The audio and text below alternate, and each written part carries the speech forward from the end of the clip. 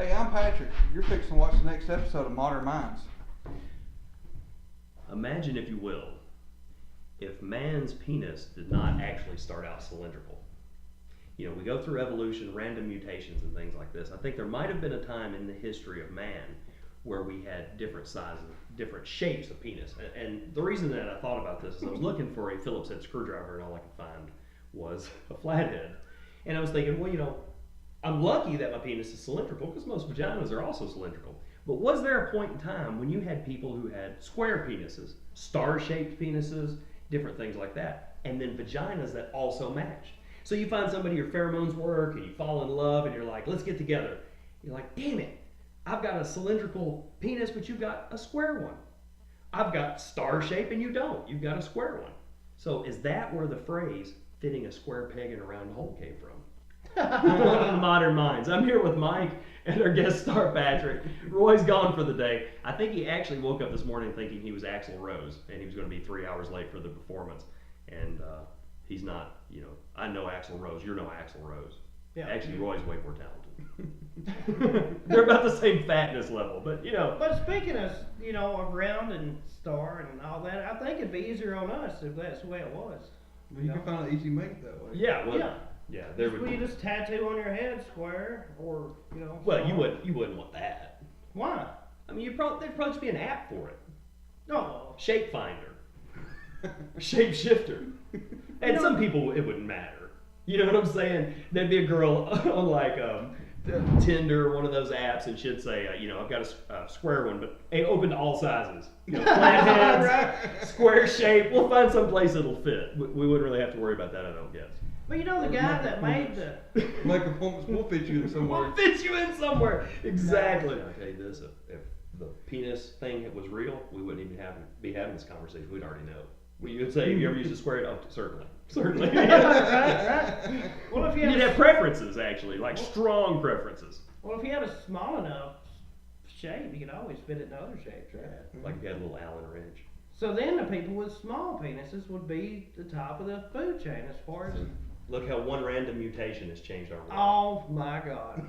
But we're not here to talk about peckers today. I mean, normally we do this. This is basically the pecker show.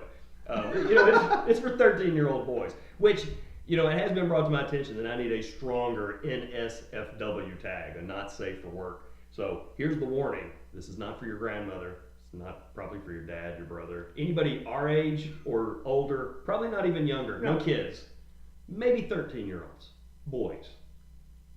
Some girls. It's offensive for everybody. This is not for human consumption. I totally agree. Yeah. So we're actually here to talk about some stuff with Mr. Pat here. And one of the things we need to go ahead and touch on is these FDA regulations changing vaping. Now, I know you're a smoker. We're vapors. We've been vaping 5, 6, 7 years, however long. 3 years, yeah. Been vaping too long, probably. I don't plan to quit. I don't either. I mean, the FDA wants to get rid of us, though. And why don't you tell us what the FDA is trying to do? You're much more knowledgeable about it than I am at this point. Starting August 8th of this year, the FDA is trying to put a bunch of impositions and stuff. Any new items that come on the market are no longer going to be available for anyone. And if you do have to make anything, you have to register it with the FDA. Now, what's the cutoff on when you say new things? I've read different things saying that it was things that were made before the ruling and things that...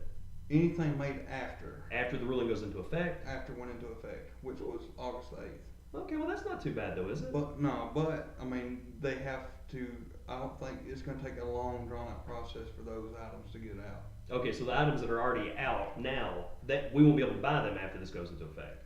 We can, because they're already out. Yeah, but they can't make new ones. Grandfathered in. Yeah, they're grandfathered in. Any new devices, such, you know, like this item here, anything like that, it has to be registered with the FDA. Okay. Now, I thought they were going to try to make you prove that it was actually good for you. Well, I mean, really right now the government has not even tried to do any testing on their own to even decide if it was safer than cigarettes or not. Well, I know that they released some stuff prior to testing, like you'll see, you know, medicine that says this has not been FDA approved, but it's still available on the market. Mm-hmm. So is this going to be similar to that? I'm guessing, from what I've read. Now, what's it going to do about the e-juices? The e-juices, anything that has been made up until now, it's it's still the same. You have to have childproof caps, different certain labels, expiration dates, lot numbers, batch numbers, that kind of thing, and that's. And then even if you go into a store and try out some of those flavors, the store now has to charge you to even try out those flavors now. Right, just like it's alcohol and cigarettes. Mhm. Yeah, you couldn't give any free samples of cigarettes. I'm actually all right with most of those, at least the way that you described it. Of course, anytime you're adding bureaucracy in, it could get screwy and make it where we can't get anything. But most of those regulations, I'm all right with. I mean, what's your opinion on them? What I'm seeing right now is not bad. I haven't read up to see what's going to happen later on, but as of right now, everything should be okay. Okay. And nicotine, we should probably still be able to buy that in bulk. I'm sure we can. Yeah, that should be. Without having, I think as long as you're doing it for personal use, that you don't have to register with the FDA as a tobacco manufacturer. Okay. Okay. But now I catch a lot of shit online, and I'm sure you do too, being on social media. If you vape, you're a douchebag. Oh yeah. Yeah. What? Yeah. Oh yeah. Are you talking? Really? Yeah. Oh yeah. If you're a vapor, you're a douchebag. I get tagged in things all the time. Thanks, Justice. There's your call out. He's always tagging me. Like you'll see somebody in a hospital bed with their mouth taped up, and they'll say, "Doctor, is he going to live?" It's like, yeah, his e-cigarette blew up in his mouth. Well, is he okay? Well, he'll never be able to suck dick again. Oh, you you like, serious? What about me not smoking cigarettes and vaping makes me such a douchebag? Who calls you douchebags? Smokers or? I think they're mostly smokers, not other vapors. All of social media. Yeah, really. Well, It's safe to pick on us. Like it's safe to pick on white males. You can pick on white people all day, and men you can pick on men in commercials. And Wait. you can pick on vapors. What are most vapors? Douchebags. White males? Oh, that's Anybody. why. That's why, right? That's why, I guess. Yeah. Well, they do make menthol juice. Can you cut that out? I'm not sure what you're referencing menthol. Johnny. Yeah. For the people that like menthol cigarettes, You like menthol, don't you? I mean, I smoke some menthols. Why don't you vape? Why don't I vape? Yeah. I'm not sure I've answered that. I mean, you did give me some vaping devices. It just seems. You see what's happening here? You see, maybe I'm starting to understand the douchebag part of the entire. It's just steam, brah. It's just water vapor, brah. No, I guess that's why people call them douchebags, because the people that don't even know what they're vaping. There are chemicals that come with my XL vapor. I mean, there's some. What I mean, me as being a non-vapor, when I walk into a place and I see a non-smoking sign, I'm okay with that because smoke smells horrible, and I know this, and this is terrible.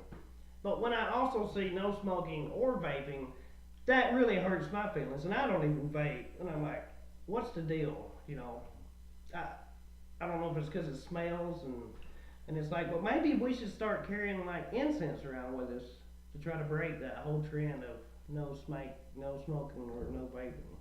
What about old lady perfume? Can you carry incense around with you legally in the car?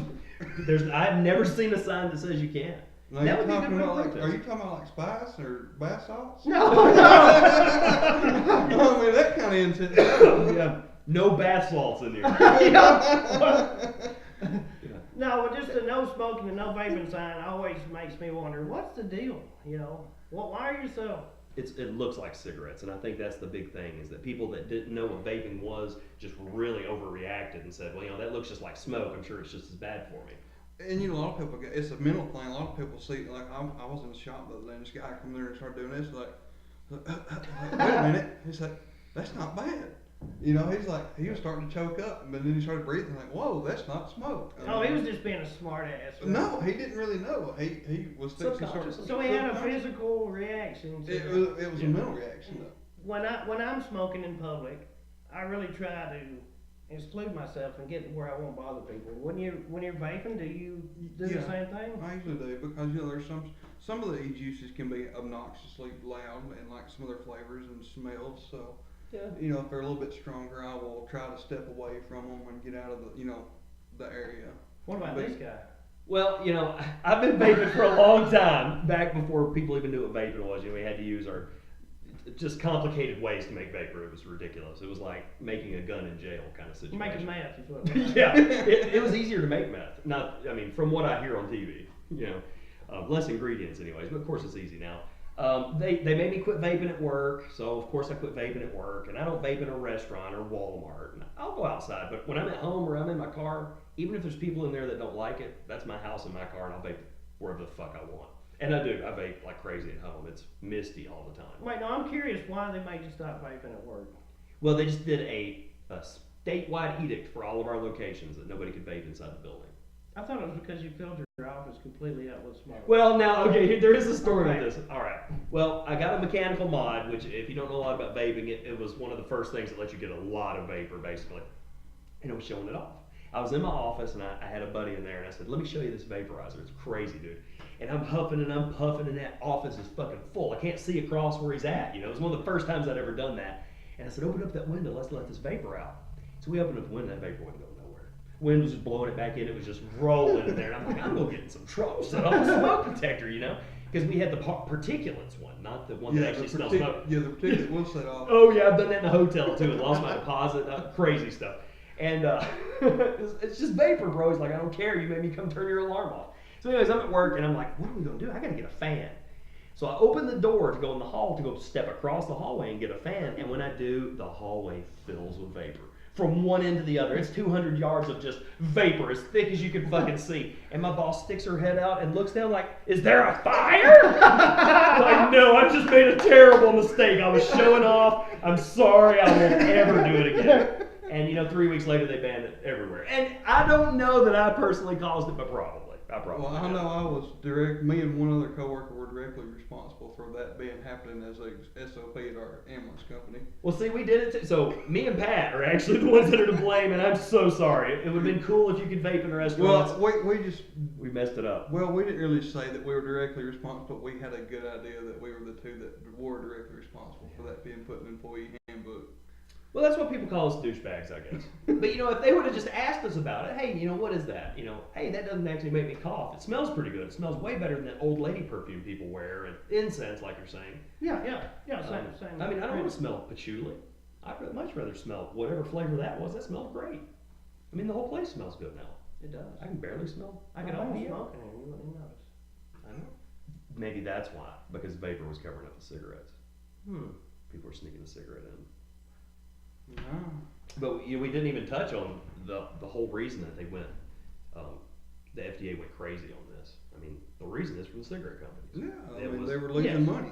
Yeah, I mean, and it's obvious to anybody who watches. Of course, our bureaucracy doesn't really work for us so much anymore, but for the big interests, it's the type of government we have a bunch of these advocacy groups that are really fighting right now. Got CASAA, and I really can't remember what that stands for, if you do.